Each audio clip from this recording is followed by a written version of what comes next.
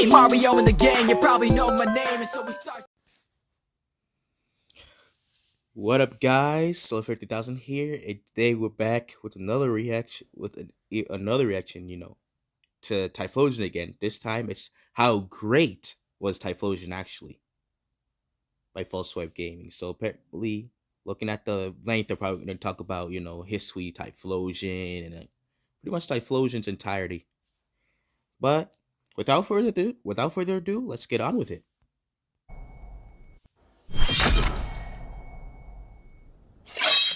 It's remake time, and it's imperative that we provide an update on one of the biggest fan favorites of all time, Typhlosion. Ever since its adorable first stage evolution, Cyndaquil, was introduced in Generation 2 as one of Pokemon Gold and Silver's amazing trio of starters, or in the anime as part of Ash's team, this line has captured hearts worldwide, and has endured as one of the most popular Fire-type starter Pokemon. When Pokemon Colosseum was released in Generation 3, thrills went through players' hearts when they realized early on that they could snag the second stage of the Johto starters, and though we have no proof for this, we would be willing to bet that Shadow Quilava was the most popular. Typhlosion also received the Hisuian form in Pokemon Legends Arceus, gaining it a new legion of fans. The competitive scene, however, is notorious for taking your favorite Pokemon and ensuring their complete lack of viability. Did this fate befall Typhlosion, or was it another starter success story? We'll find out as we ask, how good was Typhlosion actually? The ghost boy right here.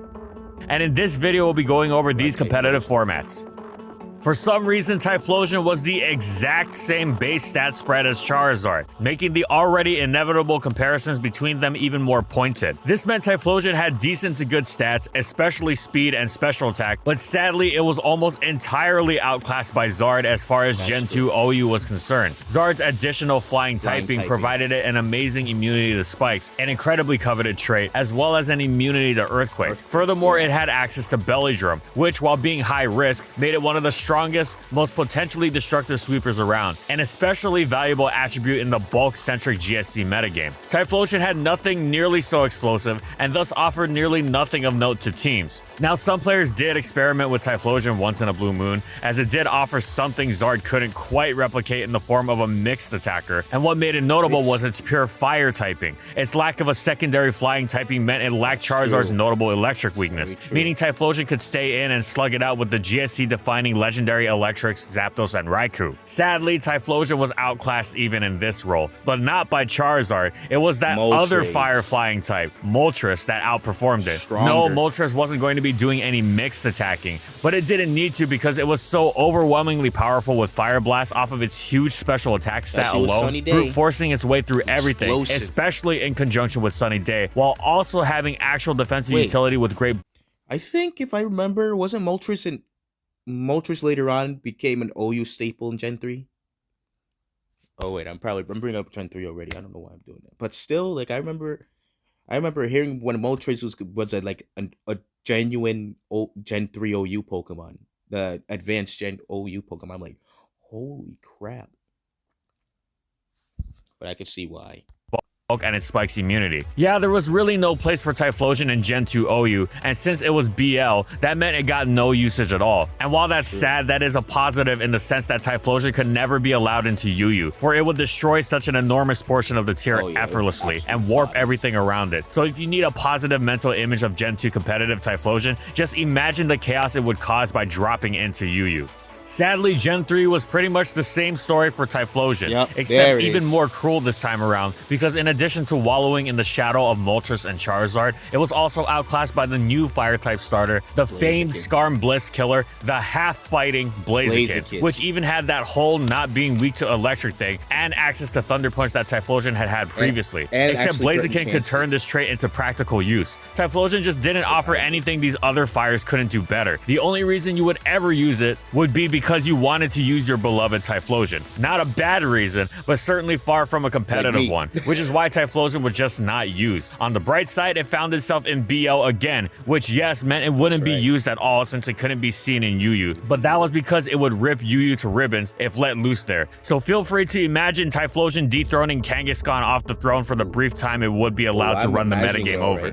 Generation 4's massive power creep, notably including Stealth Rock, meant Moltres, Charizard, and Blaziken weren't going to be touching OU, let alone Typhlosion. OU would instead be taken over by another firefighting type starter and fire type legend, Infernape and Heatran, respectively. However, UU was beyond Typhlosion's reach, with Moltres and Blaziken reigning over the tier, as well as the outstanding Arcanine. Note the lack of Charizard among them. Yup, that meant Zard went all the way down to NU, where it was the single best Pokemon in the tier. What hope could there be for Typhlosion then? Funnily enough, there was plenty to be found. Competition was strong to be sure. In addition to King Charizard, there was another excellent fire type around in the form of Magmortar, but Typhlosion carved out its own legitimate niche thanks to a move it received these other fires lacked, Eruption. And unlike the other NU residing fire type with Eruption, Camerupt, Typhlosion actually had the speed to use it effectively, as well as higher special attack. Eruption was so powerful it ensured Typhlosion would always have a place in the tier. Far from being outclassed by Zard, Typhlosion was actually quite an effective partner for it. Scarf Typhlosion could act as almost a sort of second Charizard, coming in after Zard had sufficiently blasted through the opposing team to efficiently clean up the remaining pieces. Typhlosion's pure fire typing also made it much less vulnerable to Stealth Rock than Charizard, which lent itself well to running a choice set. Of course, a huge part of the appeal of Typhlosion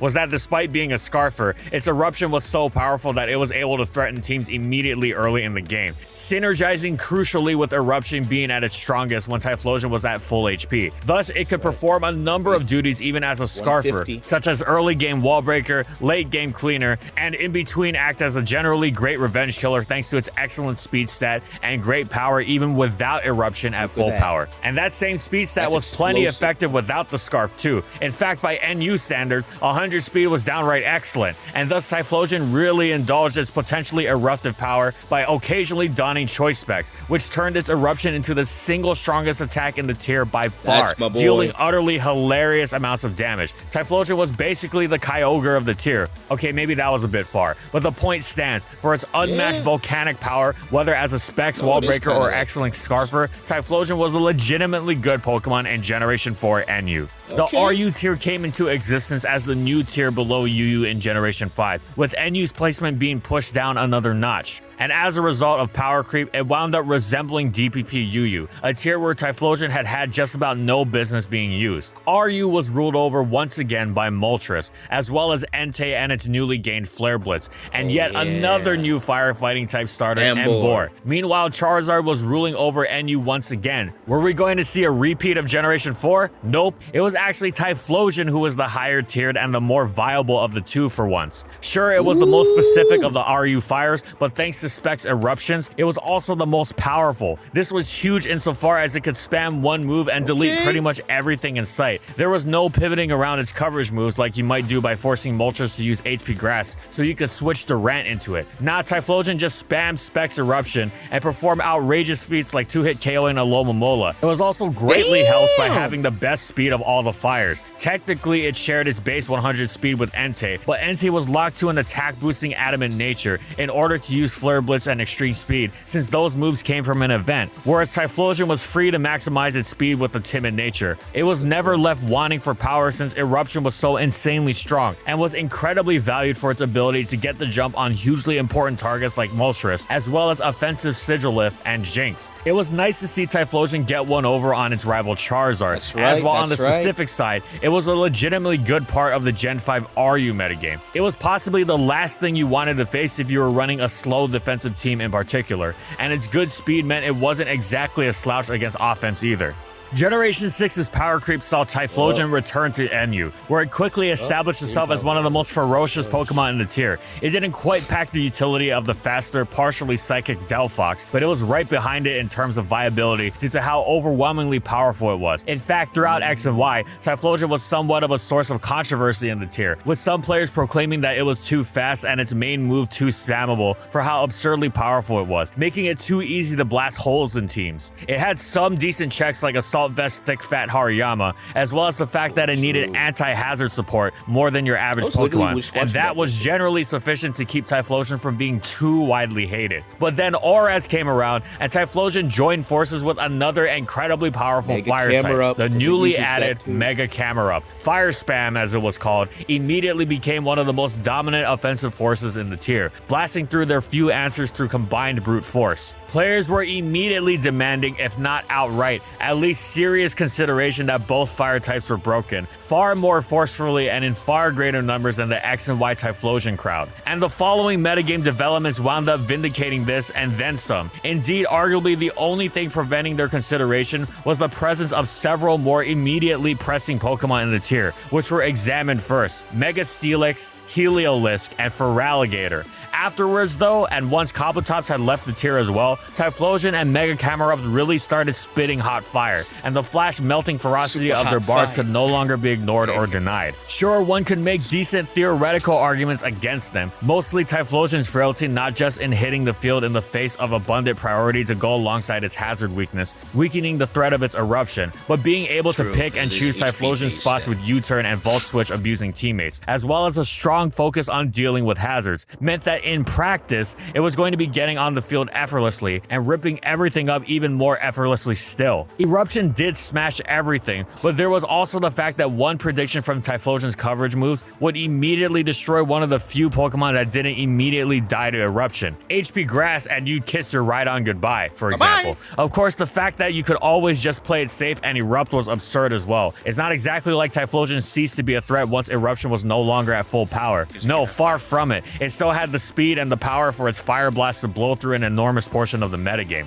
especially when supported by its coverage. Plus, facilitating those ideal Eruption conditions was far from difficult, and so you'd regularly see Typhlosion absolutely destroying so-called checks like Archeops and Samurott as they failed to switch in. To make matters even nastier, Typhlosion could even switch its game up beyond just running specs. For example, it was highly adept at exchanging its specs and instead running a charcoal set with Will-O-Wisp, completely ruining Hariyama switch-ins. Not that Yama didn't tend to get overwhelmed over time to begin with, since it was tasked with dealing with more than just Typhlosion, but it did let Typhlo deal with it more directly, as well as completely ending Regirock's ability to do anything. Although, of course, Regirock could get focus blasted by choice sets as well. Typhlosion could really do it all. It could wild charge its way through Mantine, it could hidden power water its way through Mega Camerupt, it could earthquake its way through Assault Vest Lantern, Magmortar, and other Typhlosion. Oraz had also gifted Typhlosion its hidden ability Flash Fire, meaning one of the most reliable ways to stop Typhlosion from brute forcing its way through Eruption was your own Typhlosion. In fact, that was the main reason why charcoal sets became popular, because if Choice Typhlosion number 1 switched into Choice Typhlosion number 2 using a fire move, Choice Typhlosion number 2 wouldn't want to switch out because it would surely lose a Pokemon in return, and the only way to prevent that was to stay in as Choice Typhlosion number 1 attack, even if you were locked into a fire move already. So you'd wind up in a ridiculous stalemate where the two Typhlosion would just fire move each other repeatedly. With a charcoal set, you could take advantage of this to completely ruin the other player's Typhlosion, giving you a major leg up. The player base recognized just how largely and unhealthy Typhlosion's volcanic shadow loomed over the tier, and eventually wound up banning it alongside its buddy Mega Camerupt. Sadly, Typhlosion wasn't able to reach any sort of success in RU. The tier was faster, stronger, and most of all, bulkier, making it much more difficult for it to pull off its eruptions consistently. The fact that it contributed almost nothing to a team's defenses was also not appealing in the balance-centric RU metagame. This wasn't just conjecture based on a lack of trying either, as Typhlosion actually got so much usage it rose from NUBL to RU proper, but this was almost surely because of its status as a starter, which made newer players want to spam it, because it wasn't from its viability at all. Still, this wasn't a problem at all, as Typhlosion had just scored its greatest accomplishment of its competitive career. Sure, Game Freak's favorite Charizard had 2 Mega Forms running around OU, but when it came to the base forms, Zard was in NU again, whereas Typhlosion had ripped up that same tier up so badly that it had to be banned from it. Charizard had been in direct competition with it, and Typhlosion had unquestionably come out on top. So all in all, Generation 6 was Typhlosion's greatest success yet. And as for Yeah. VGC, Typhlosion does have Eruption, which is a very strong move in doubles due to its immense damage and the ability to double target without the risk of missing. But unfortunately, there was very little placements for Typhlosion. The few notable placements we found definitely showcased player creativity though. Ashton Cox placed 4th with Typhlosion, facilitated by Megazord White Sun at the Florida Regionals. Then 2 more Typhlosians showed up in 2015, with Jim Sullivan using Typhlosion on an all-starter team to reach 15 at the Melbourne Regionals, and Hamish G placing 6th with it in the juniors division of the Australian Nationals. Congratulations to these players for doing well with Typhlosion. For putting him on Generation the map. Thank 7 you so brought much. lots of power creep, and while most of that worked against the famously frail type. It's funny because also Omega Ruby and Alpha Sapphire Gen 6, that was the first Pokemon that I played in like a long time, honestly. Because I had a Pokemon Black and White and I remember losing it, and then after I lost the game, I just stopped playing Pokemon for like 5 years, was it? 5 years, a few years. And then I think like in 2016 or so, Captain E and Circlus got me back into it. And then I'm like, oh, you know what? I'll try it out. And then I started with Omega Ruby and Alpha Sapphire. And then I really liked it. Now here we are. And I was able to get Typhlosion. I was even happier. But yeah. Explosion, it can take advantage of Fire Z to launch absolutely nuclear Infernal overdrives, giving it incredible power even when Eruption wasn't at full power. It started off by dropping to PU in its initial stage, but immediately moved up to NU by usage, denying everyone the chance to see just how hilariously it would have crushed PU. On the bright side, Typhlosion was quite good in NU, although it had strong competition with Charizard, who was also an excellent Z move user with both the speed boosting Z Sunny Day or the all-out sweeper of Z Celebrate.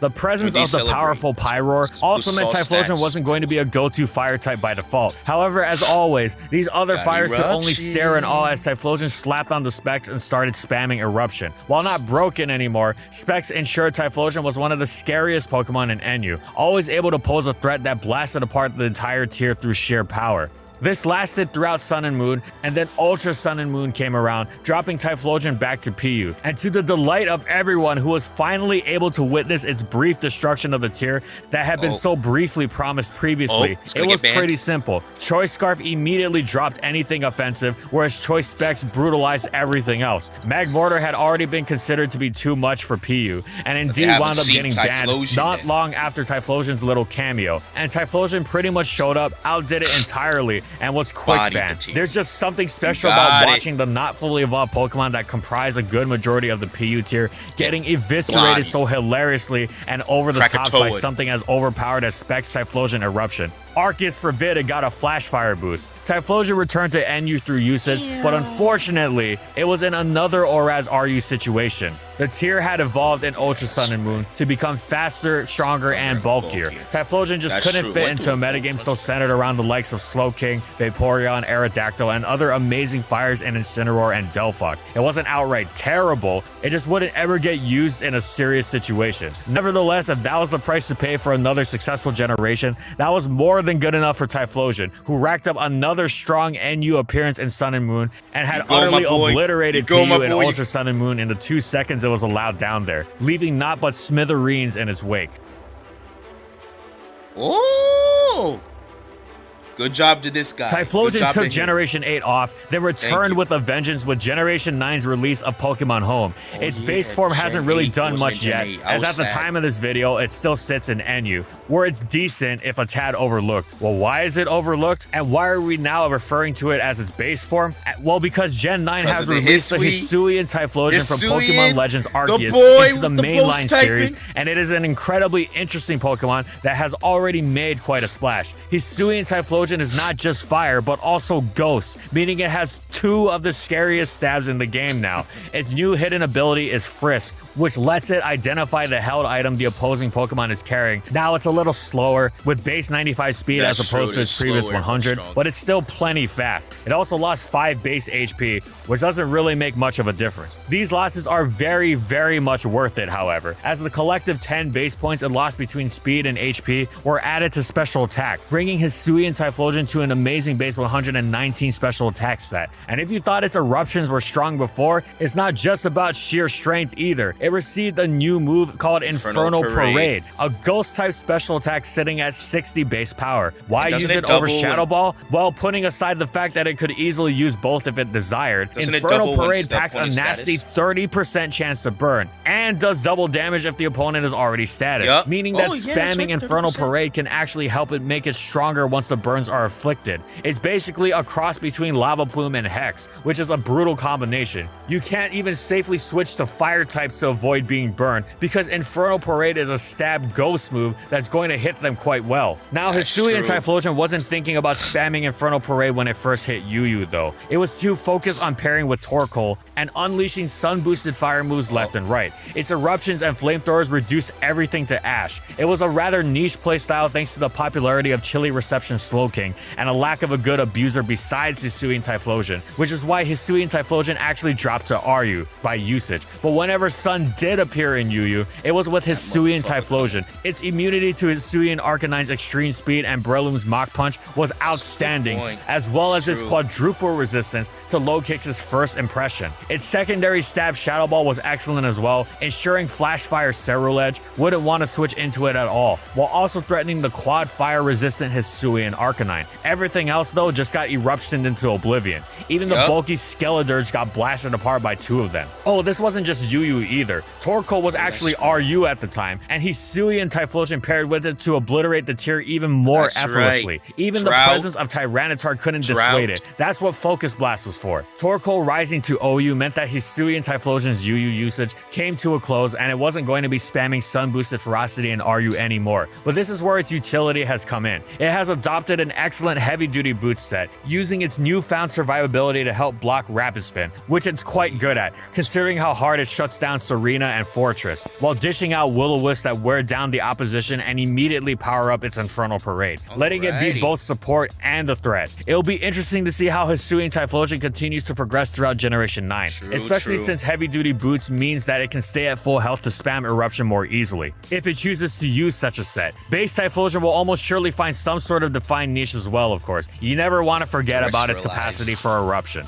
And finally, for VGC, Hisuian Typhlosion became legal during the release of the Regulation D rule set. Typhlosion's Hisuian form definitely outshines its base form in doubles, due to having a higher special attack to facilitate eruption, as well as Ghost Stab. On Sun teams, Hisuian Typhlosion can be used with the Torkoals that are already facilitating the past Paradox Pokemon's photosynthesis, like Fluttermane and co. However, the only person to place at a regional level or higher tournament so far with Typhlosion was Ivan Amate at 20th place at the Road to Yokohama online tournament. Unfortunately, Typhlosion did not have any notable placements at Worlds a month later, as it could have possibly had a bit more time to perform if there were more regional tournaments before Worlds with Regulation D rules, but alas, it didn't work out that way.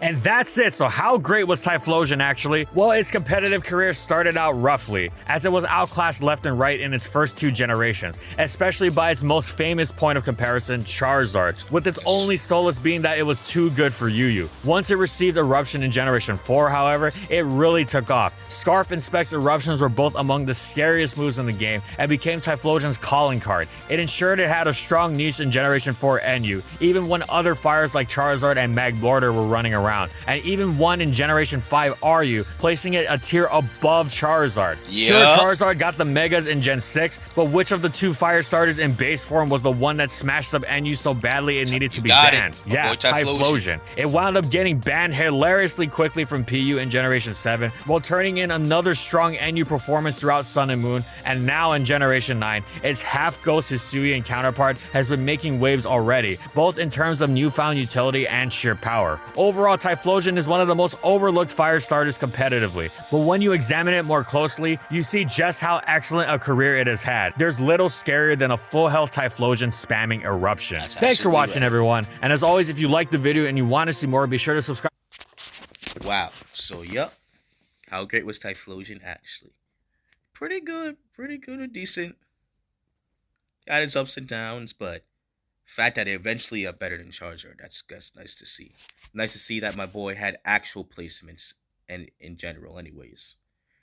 Which Ashton Cox and all these other great players. Thank you for putting Typhlosion on the VGC map. Thank you guys. Because it's nice to see it. It's nice to see your favorite Pokemon get the spotlight. It's really nice. But anyways, guys, I hope you enjoyed this insight that we've all received. And I'll see you guys next time, and see ya.